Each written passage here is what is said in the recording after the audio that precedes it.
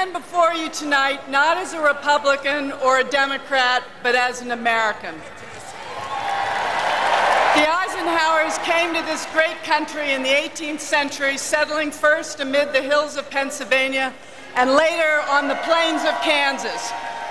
Like many of your ancestors, they built our nation and served it in times of national crisis and war.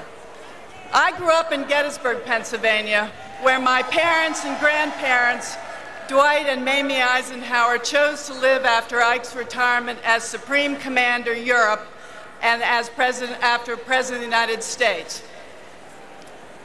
It was also in Gettysburg where Abraham Lincoln gave his historic address. On the killing fields of Pickett's charge, our country came of age and assured that our nation would survive as one. Yet today, the divisions in our country are deep and wide. Our cohesiveness as a nation is strained by multiple crises in finance and credit, energy and health care. And we have knowingly saddled our children and grandchildren with a staggering debt. This is a moral failing, not just a financial one. Overseas, our credibility is at an all-time low. We must restore our international leadership position and the leverage that goes with it. But rather than focus on the critical strategic issue, our nation's discourse has turned into a petty squabble. Too many people in power have failed us. Belligerence has become a substitute for stubbornness. Stubbornness has been a substitute for leadership.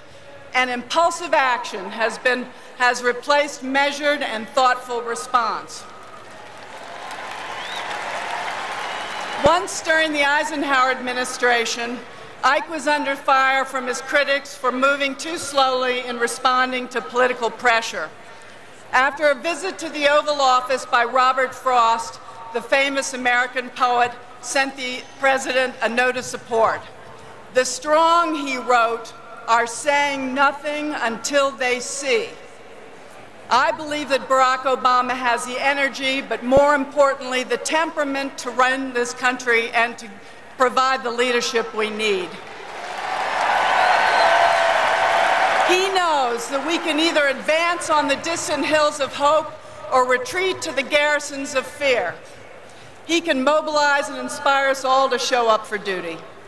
The task before our next president will be overwhelming, but no undertaking can be more critical than bringing about a sense of national unity and purpose built on mutual respect and bipartisanship. Unless we squarely face our challenges as Americans together, we risk losing the priceless heritage bestowed on us by the sweat and sacrifice of our forebears. If we do not pull together, we could lose the America that has been an inspiration to the world.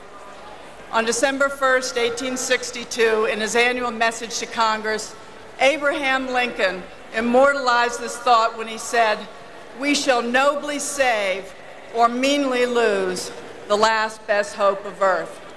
Let us respond this November to President Lincoln's challenge.